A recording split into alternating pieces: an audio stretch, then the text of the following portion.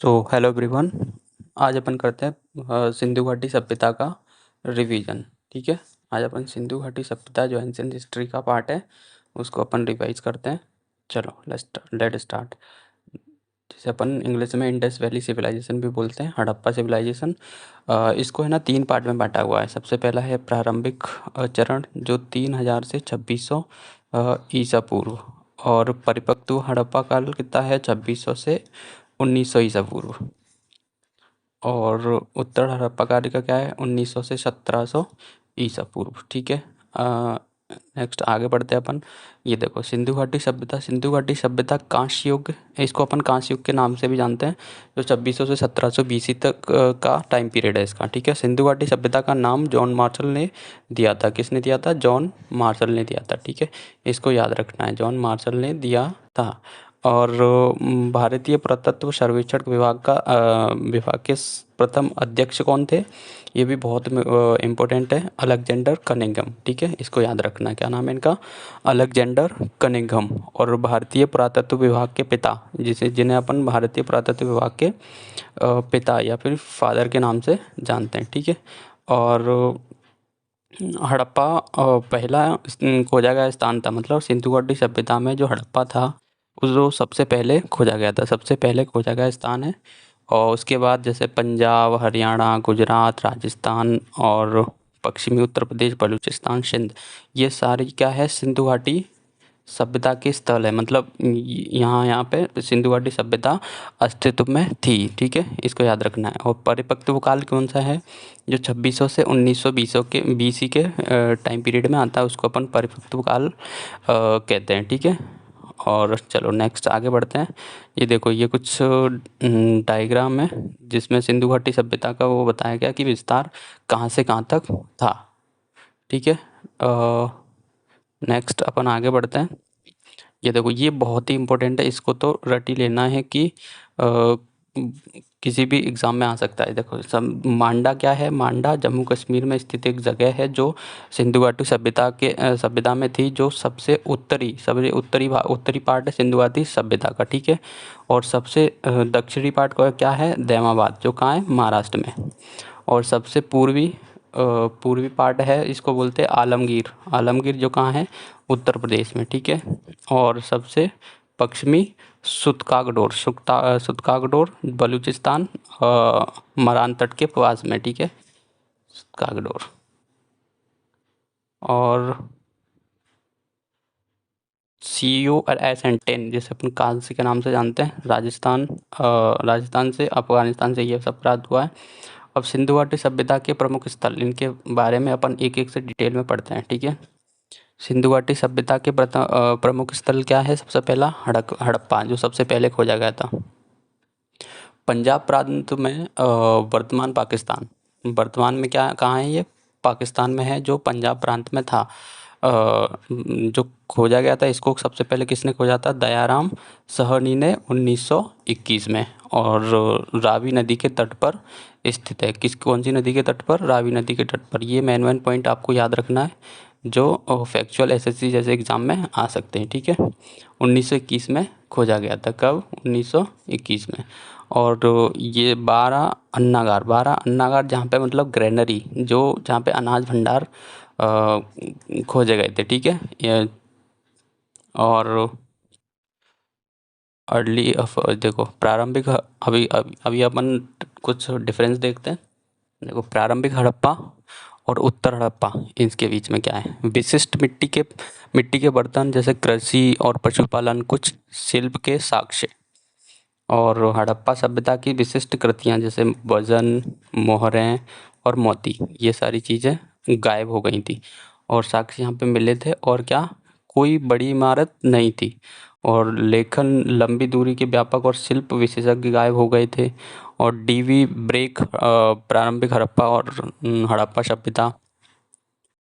और कुछ स्थानों पर बड़े पैमाने पर जलाने के साक्ष्य और कुछ बस्तियों के त्याग करने के साक्ष्य भी प्राप्त हुए हैं। और यहाँ पे घर निर्माण की तकनीक खराब हो गई और कोई भी बड़ी भी सार्वजनिक संरचना नहीं, और ग्रामीण जीवन शैली प्राप्त हुई थी। ठीक है। अब देखो सिंधु घाट वो हड़प्पा सभ्यता की कुछ विशेषताएं हैं।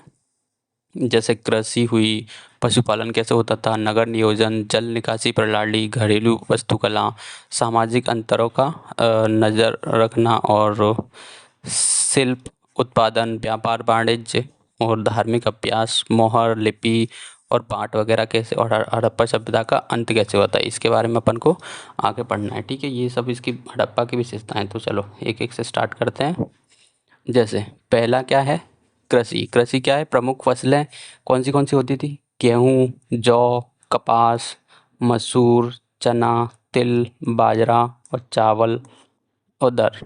और आहार संबंधी प्रथाएं, जो जले हुए अनाज और बीजों से प्राप्त होती है। जैसे कृषि प्रौद्योगिकियों में क्या, जैसे बैल, मोहरों और टेराकोटा पर जुताई के लिए इस्तेमाल किया जाते थे बैलों का उपयोग। ठीक है, और जो हल का टेराकोटा मॉडल जो चोलिस्तान बनावली में पाया गया है। कहाँ पे, चोलिस्तान बनावली में पाया गया है। और जुता हुआ खेत कहाँ पे, कालीबंगान में प्राप्त हुआ है अपन को। ठीक है, काली बंगाल में, ये बहुत ही इंपॉर्टेंट है, इसको याद रखना है, बहुत ज़्यादा पूछा जाता है, कई बार पूछा जा चुका है। ठीक है, जुता हुआ खेत कहाँ पे प्राप्त हुआ है, कालीबंगान में। और दो समकोण पर खांचे के सेट बताते हैं, दो समकोण पर खांचे के सेट बताते हैं कि अलग अलग फसलें एक साथ उगाई जाती थी। ठीक है, अलग अलग फसलें एक साथ उगाई जाती थी। और नहरें कैसी थी, शोरतगोई, जो अफगानिस्तान में प्राप्त हुई है। ठीक है, और जलाशय, जैसे जलाशय कहाँ पे, धौलावीरा में। और सैडल क्वेन, अनाज पीसने के लिए। और तांबे के औजार जैसे कटाई के लिए। ठीक है, ये सारे चीज़ें अपन को प्राप्त हुई हैं हड़प्पा सभ्यता के दौरान। और अब इसकी कृषि व्यवस्था देखते हैं। जैसे गेहूँ, ज्वार, मटर और सरसों इत्यादि के साक्ष्य अपन को प्राप्त हुए हैं। और खेत जोतने का हल कालीबंगान से, ये तो अपन ने देख लिया। और ये गवर्बंद नाला का प्रयोग करते थे। और जल एकत्रित करने के लिए जैसे नाला वगैरह या फिर गवर्बंद का उपयोग करते थे। और चावल के साक्ष्य लोथल से प्राप्त हुए हैं। ये साक्ष्य बहुत इंपॉर्टेंट रहते हैं, ये पूछे जा सकते हैं। ठीक है, इसको इम्पोर्टेंट याद करना है। और सिंधु घाटी सभ्यता के लोग कपास की खेती करने वाले प्रथम थे। क्या थे, कपास की खेती करने वाले प्रथम थे। और ये लोग क्या करते थे, सिंडन भी बोलते थे, किसको, कपास को सिंडन भी बोलते थे। और जैसे भैंस, बकरी, भेड़, सूअर और गधे के साक्ष्य यहाँ से प्राप्त हुए हैं। कहाँ से, हड़प्पा काल से। और घोड़े के साक्ष्य कहाँ से प्राप्त हुए हैं, सूतकागडोर। ठीक है, घोड़े के साथ सूतकागडोर से। और अब पशुपालन देखते हैं। पशुपालन क्या है, जैसे भेड़ पालते थे, बकरी और भैंस, सूअर जैसी मवेशियाँ। ठीक है, और घोड़े और गाय के साक्ष्य नहीं मिले, कहाँ पे, और सूतकागडोर में क्या, सूतकागडोर में सिर्फ और सिर्फ एक यहाँ पे एक हड्डी प्राप्त हुई है। ठीक है, और और क्या, नगर नियोजन के बारे में देखते हैं। ये बहुत इंपॉर्टेंट है कि नगर नियोजन कैसा था। हड़प्पा सभ्यता की सबसे अनोखी विशेषता है शहरी केंद्रों का विकास। कैसा, शहरी केंद्रों का विकास। जैसे ये देखो, ये नगर नियोजन, जैसे जिसको अपर टाउन बोलते थे, इसको लोअर टाउन। यहाँ पे लोअर टाउन मतलब जैसे सामान्य जनता यहाँ पे रहती थी, जैसे कुछ महापुरुष वगैरह, कुछ बड़े बड़े लोगों अपर टाउन में रहते थे। ठीक है, तो ये दो टाइप में बांटा हुआ है। जैसे जैसे गढ़ और निचला शहर, जिसको अपन निचला शहर बोलते हैं, जैसे गढ़ के नाम से जानते हुए। तो गढ़ क्या, ऊंचे चबूतरों पर बनाया गया था। और आकार निचले शहर की अपेक्षा कैसा था, छोटा था। और निचला शहर यह शहर के निचले हिस्से में था। और नगर का यह भाग गढ़ से कई अधिक बड़ा था। आवासीय आवास था। चनहूदड़ों में गढ़ नहीं पाए गए। ठीक है, गढ़ मतलब सिटाडेल यहाँ पे चनहूदड़ों में नहीं पाए गए। और धोलावीरा में 3 भागों में विभाजित किया गया था, जैसे गढ़, मिडल टाउन और निचला शहर। ये 3 भागों में डिवाइडेड है। अब यहाँ पे विशाल अन्नागार, स्नानागार भी पाया गया है। स्नानागार मतलब स्विमिंग पूल। ठीक है, यहाँ पे विशाल स्नानागार पाया गया है। मोहनजोदड़ो में प्राप्त हुआ। कहाँ पे, मोहनजोदड़ो में। यह गढ़ में स्थित होता था। और निर्माण कैसे, पक्की ईंटों से किया गया था। और यह आयताकार बना हुआ था, जो 11.88 मीटर लंबा और 7 मीटर कैसा होता था, चौड़ा। और मोटा और जिप्सम का उपयोग करके जलरोधी बनाते थे इसको, ठीक है, वाटरप्रूफ बनाते थे। और विशाल अन्नागार मोहनजोदड़ो से प्राप्त हुआ है, ठीक है, विशाल अन्नागार। अन्न की कोठरी, कोठरी कहा जाता था जैसे, ठीक है, जैसे ये यहाँ पे कुछ अन्न वगैरह मतलब स्टोर करके रखते थे। और हड़प्पा का अन्नागार क्या है, 12 अन्नागार पाए गए हैं, 6-6 अन्नागार की 2 पंक्तियाँ पाई गई हैं, ठीक है। और अपन अब देखते हैं, अब बात क्या है, धोलावीरा, ये एक्सेप्शन है। धोलावीरा और लोथल का पूरी बस्ती किलाबंद थी और शहर के भीतर के हिस्से भी दीवारों से अलग थे। शहर के भीतर के हिस्से भी क्या, दीवारों से अलग थे। और लोथल के भीतर गढ़ को दीवार से नहीं घेरा गया था, ठीक है, बल्कि उसे ऊंचाई पर बनाया गया था। किसको, लोथल के भीतर गढ़ को दीवार से नहीं घेरा गया था, बल्कि उसे ऊंचाई पर बनाया गया था। इसको याद रखना है। और नोट क्या है इसमें, बस्तियों को पहले योजना बनाई गई, बस्तियों की पहले योजना बनाई गई और फिर उसे उसके अनुसार कार्यान्वयन किया गया, ठीक है। और ईंटें जैसे धूप में पकाई गई और मानवीय विकृत का अनुपात कितना है, 4:2:1 के अनुपात में ईंटों का निर्माण किया गया था, ठीक है। और जल निकासी प्रणाली कैसी थी, यहाँ पे जल कैसे निकाला जाता था, इसको भी देख लेते हैं अपन। जैसे ग्रिड पद्धति वाली सड़कें और गलियाँ क्या होती थी, गलियाँ, सॉरी। और जो समकोण पर प्रतिषेध करती थी, ग्रिड पद्धति वाली गलियाँ जो समकोण पर प्रतिषेध करती थी। और नाली नाली प्रणाली जैसे बड़े शहरों छोटी बस्तियों में भी पाई जाती थी, जैसे लोथल में पाई गई हैं। और जली पकी हुई ईंटों से निर्मित थी ये। और ठोस अपशिष्ट को साफ करने के लिए नालियों के बीच नावदार सेस पिट था, ठीक है। और ढक्कनों के लिए चूना पत्थर का उपयोग किया जाता था। ढक्कनों के लिए, किसके लिए, ढक्कनों के लिए चूना पत्थर का उपयोग किया जाता था। और अपन आगे देखते हैं क्या है, रसोई व स्नान घरों में भी नालियाँ होती थी जो सड़कों की नालियों से जुड़ी होती थी। कहाँ की, जैसे रसोई में और स्नान घरों में भी नालियाँ होती थी और जो सड़कों की नालियों से जुड़ी होती थी। और नालियाँ पत्थर की ईंटों से ढकी रहती थी। मैन होल भी होते थे, ठीक है, मैन होल भी होते थे। और ग्रिड पद्धति क्या होती है, इसको देख लेते हैं। देखो, ग्रिड पद्धति बताया गया कि समांतर रेखाओं की प्रतिच्छेद करने का एक नेटवर्क था, ठीक है। समांतर रेखाओं के प्रतिच्छेद करने का एक नेटवर्क था।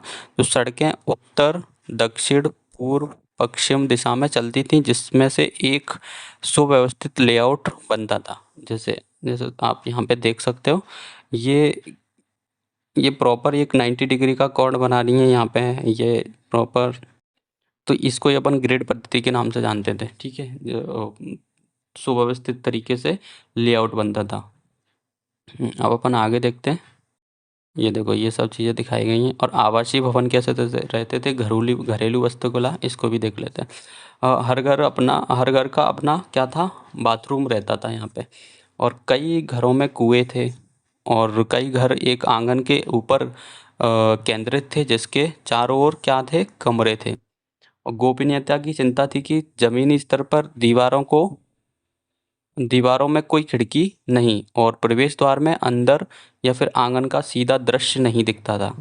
और सामाजिक अंतरों का नज़र रखना, ये देखो इसमें क्या है, सामाजिक अंतरों पर नज़र रखना। दफन का अध्ययन कैसा होता था कि कुछ उदाहरणों से मृतकों को तांबे के दर्पण के साथ दफनाया जाता था।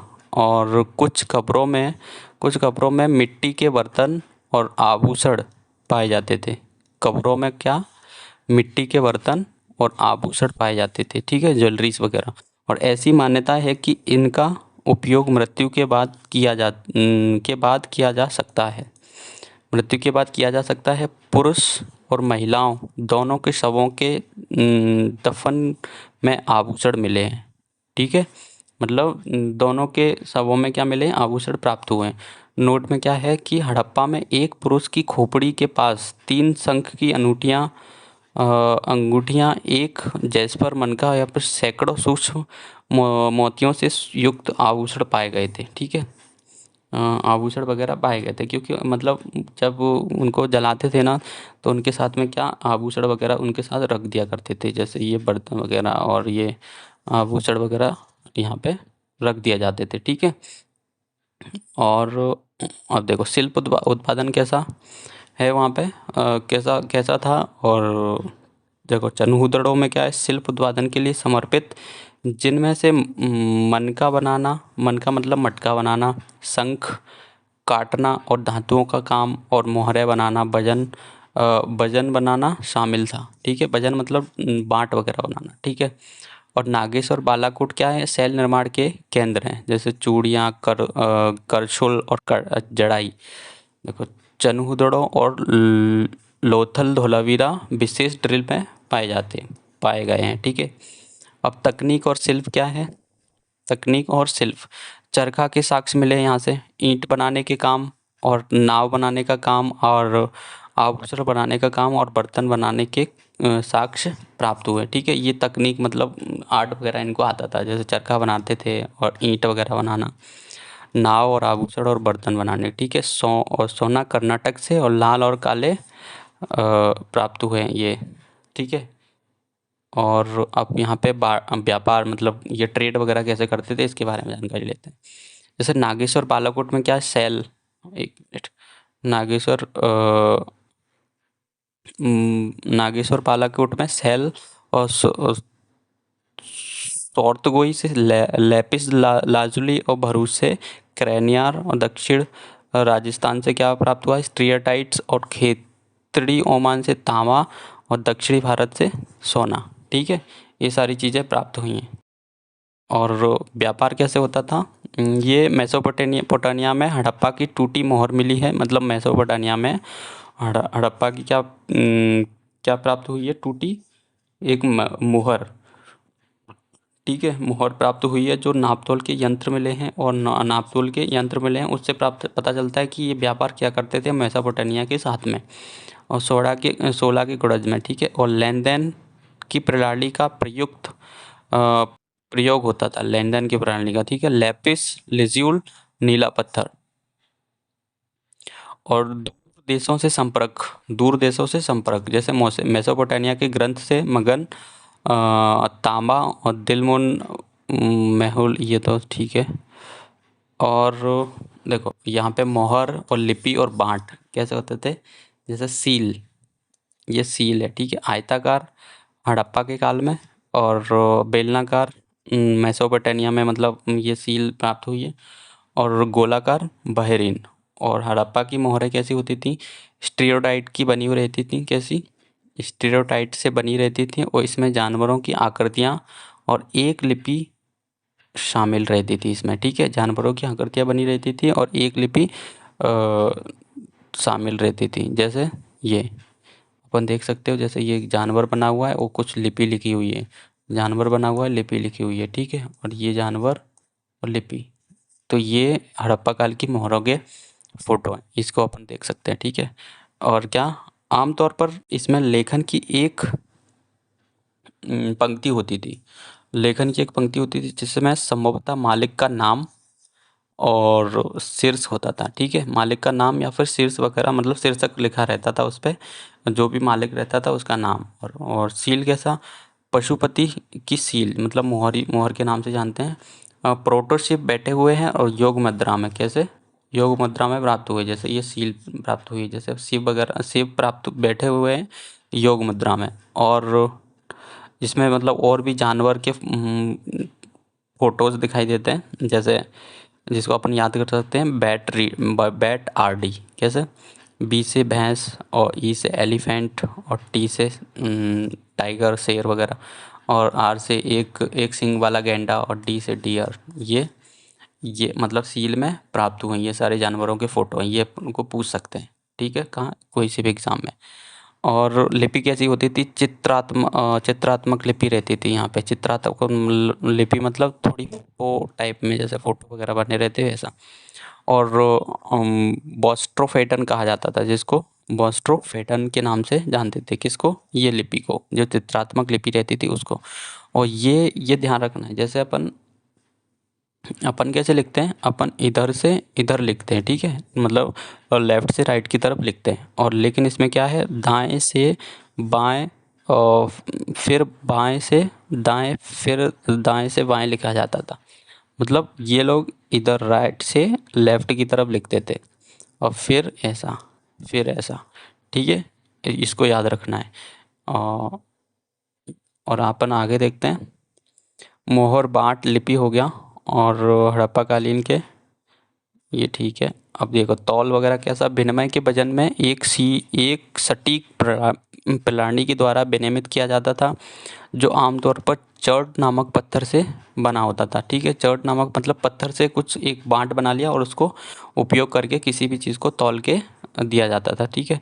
और शुक्कर एवं रोहरी पहाड़ियाँ, जैसे चूना पत्थर, एक चर्ट ब्लेड बड़े पैमानों पर उत्पादन किया जाता था। और सिंधु में विभिन्न हड़प्पा बस्तियों में भेजा जाता था, ठीक है। और वजन का निम्न मूल्य वर्ग क्या, बाइनरी। और वजन का उच्च मूल्य वर्ग क्या होता था, दशमलव, ठीक है, इसको याद रखना है। और हड़प्पा के वेट, जैसे ये बाँट वगैरह रखे हुए हैं, इसको अपन देख सकते हो।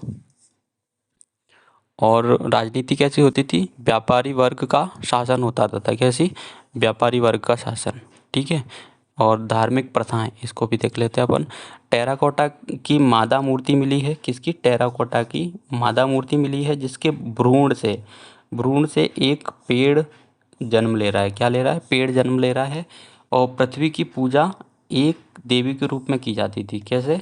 हड़प्पा काल में पृथ्वी की पूजा एक देवी के रूप में की जाती थी। और यूनिकॉर्न एक सींग वाला जानवर प्राप्त हुआ है।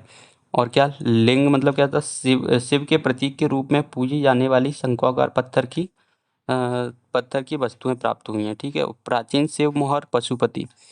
और मूर्ति क्या, नृत्य करती हुई लड़की त्रिभंग मुद्रा में प्राप्त हुई है। जैसे ये अपन देख सकते हो, ये जो फोटो देख रहे हो यहाँ, इनके जो भ्रूण से क्या प्राप्त हुआ है, मतलब पेड़ उगता हुआ प्राप्त हुआ है, जैसे जिसकी ये लोग पूजा करते थे, ठीक है। जो टेराकोटा का बना हुआ था, ये त्रिभंग मुद्रा में नृत्य करती हुई लड़की की मूर्ति प्राप्त हुई है। और चनहुद्रो से क्या प्राप्त हुआ है, दक्षिण के चनहुद्रो कहाँ पे? मोहनजोदड़ो के दक्षिण में स्थित है ये चनहुद्रो। और खोज गोपाल मजूमदार ने की थी। किसने की थी? गोपाल मजूमदार ने। और सिंध प्रांत में है, और बिना गढ़ वाला शहर है। कैसा है? बिना गढ़ वाला, मतलब सिटाडेल नहीं है, जिसके चारों तरफ दीवारें बनी हुई नहीं है, ठीक है, इसको याद रखना। अब मोहनजोदड़ो के बारे में पढ़ते हैं। सिंध प्रांत में है ये, और सिंधु नदी के तट पर स्थित है। ये जो तट रहता है ना, ये पूछ लेता कभी कभार क्या, बहुत बार पूछता, तो ज़्यादा ही इम्पोर्टेंट है। हर एक स्थल के जो किस नदी के किनारे स्थित है, इसको याद रखना बहुत ज़्यादा ज़रूरी है, ठीक है। और खोज किसने की थी इसकी? खोज की थी राखल दास बनर्जी ने 1921 में। और नृत्य करती हुई युवती की मूर्ति प्राप्त हुई है। और दाढ़ी वाला पुरुष जो सैल खड़ी से बना हुआ है। माँ देवी की मिट्टी की मूर्ति। और विशाल स्नानागार प्राप्त हुआ है। विशाल अन्नागार प्राप्त हुआ है। मृतकों का टीला प्राप्त हुआ है। और क्या, पशुपति सील मिली हुई है यहाँ से। ये सारी चीज़ें हैं जो मोहनजोदड़ो से प्राप्त हुई हैं। ये बहुत ही ज़्यादा इंपॉर्टेंट है, इसको याद कर ही लेना है, ठीक है। और अपन लोथल से देखते हैं ये क्या है। लोथल के बारे में, ये गुजरात में स्थित है। क्या? लोथल ये जगह है जो हड़प्पा काल के समय की है, जो मतलब गुजरात में स्थित है। और प्राकृतिक बंदरगाह और जहाज बनाने का स्थल, टेराकोटा जहाज, आग की वेदी और संयुक्त दफन, ये सारी चीज़ें अपन को यहाँ से लोथल से प्राप्त होती हैं, ठीक है, इसको याद रखना है। और कालीबंगान, देखो कालीबंगान कहाँ पे है? राजस्थान में स्थित है, घग्गर नदी के किनारे, ठीक है। कौन सी नदी के किनारे? घग्गर नदी के किनारे। और काले कंगन प्राप्त हुए हैं यहाँ से, काले कंगन प्राप्त हुए हैं, इसको याद रखना है, ठीक है। और जुते हुए खेत के साक्ष्य मिले हैं, ये बहुत बार पूछा जा चुका है। तो इसको याद कर ही लेना है। कहाँ से प्राप्त हुए हैं जुते हुए खेत? कालीबंगा से प्राप्त हुए हैं, ठीक है। और हर घर में कुआँ मिला है, ठीक है, हर घर में कुआँ। और सूतकागडोर से क्या है, ये तटीय शहर मिले हैं और घोड़े के साक्ष्य मिले हैं यहाँ से सूतकागडोर से, ठीक है। और धोलावीरा के बारे में देखते हैं। गुजरात में स्थित है ये और 3 भाग में विभाजित है, गढ़, मिडिल टाउन और निचला टाउन, निचला शहर है इसके बारे में, ठीक है। और राखी गढ़ी देखते हैं। राखी गढ़ी क्या है, सबसे बड़ा हड़प्पा स्थल है भारत में, इसको याद रखना है, ठीक है। सबसे बड़ा हड़प्पा स्थल है कौन सा? राखी गढ़ी। जो टेराकोटा से बने खिलौने प्राप्त हुए यहाँ से, और ये कहाँ पे है? हरियाणा में स्थित है सबसे बड़ा हड़प्पा स्थल। और बनावली, अब बनावली के हरियाणा में है ये भी, और घग्गर नदी के किनारे स्थित है। क्यों, कौन सी नदी? घग्गर नदी के किनारे स्थित है। और यहाँ से ग्रिड प्रणाली नहीं प्राप्त हुई है, ठीक है, नहीं हुई है, मतलब यहाँ पे ग्रिड प्रणाली नहीं थी। और भिड़ाना ये भी इम्पोर्टेंट है, सबसे पुराना सिंधु घाटी सभ्यता स्थल है, ठीक है। इसको याद रखना, बहुत ही इम्पोर्टेंट फैक्ट है कि सबसे पुराना सिंधु घाटी स्थल कौन सा है? भिड़ाना। और सबसे बड़ा कौन सा है? राखी गढ़ी, ठीक है। और हड़प्पा का पतन कैसे हुआ? हड़प्पा का पतन मतलब कैसे हुआ? संभावित कारण क्या है? यहाँ की जलवायु परिवर्तन हो गया था, वनों की कटाई और अत्यधिक बाढ़ और नदियों का बहना या सूखना और भूदृश्य का अत्यधिक उपयोग, ठीक है। और शवों को दफनाने के तरीके कैसे थे? यहाँ पे संयुक्त शव युगल समाधान लोथल से प्राप्त हुए हैं, मतलब साथ में दफनाते थे। और ताबूत दफन हड़प्पा से प्राप्त हुए। और शव के साथ कुत्तों का शव प्राप्त हुआ है, वो कहाँ से? रोपड़ से प्राप्त हुआ है। और विस्तरित अंत्येष्टि ये सनौली यूपी से प्राप्त हुई है, ठीक है। ये सारे मतलब साक्ष्य प्राप्त हुए हैं, ऐसे ऐसे दफनाते थे वो, ठीक है। तो ये टॉपिक हुआ अपना कंप्लीट।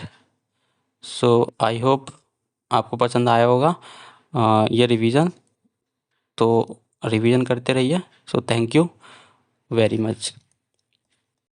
एंड यदि आपको वीडियो अच्छा लगा तो आप इसको लाइक एंड चैनल को सब्सक्राइब भी कर सकते हैं।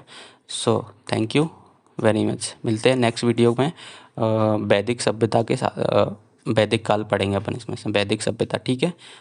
So thank you very much.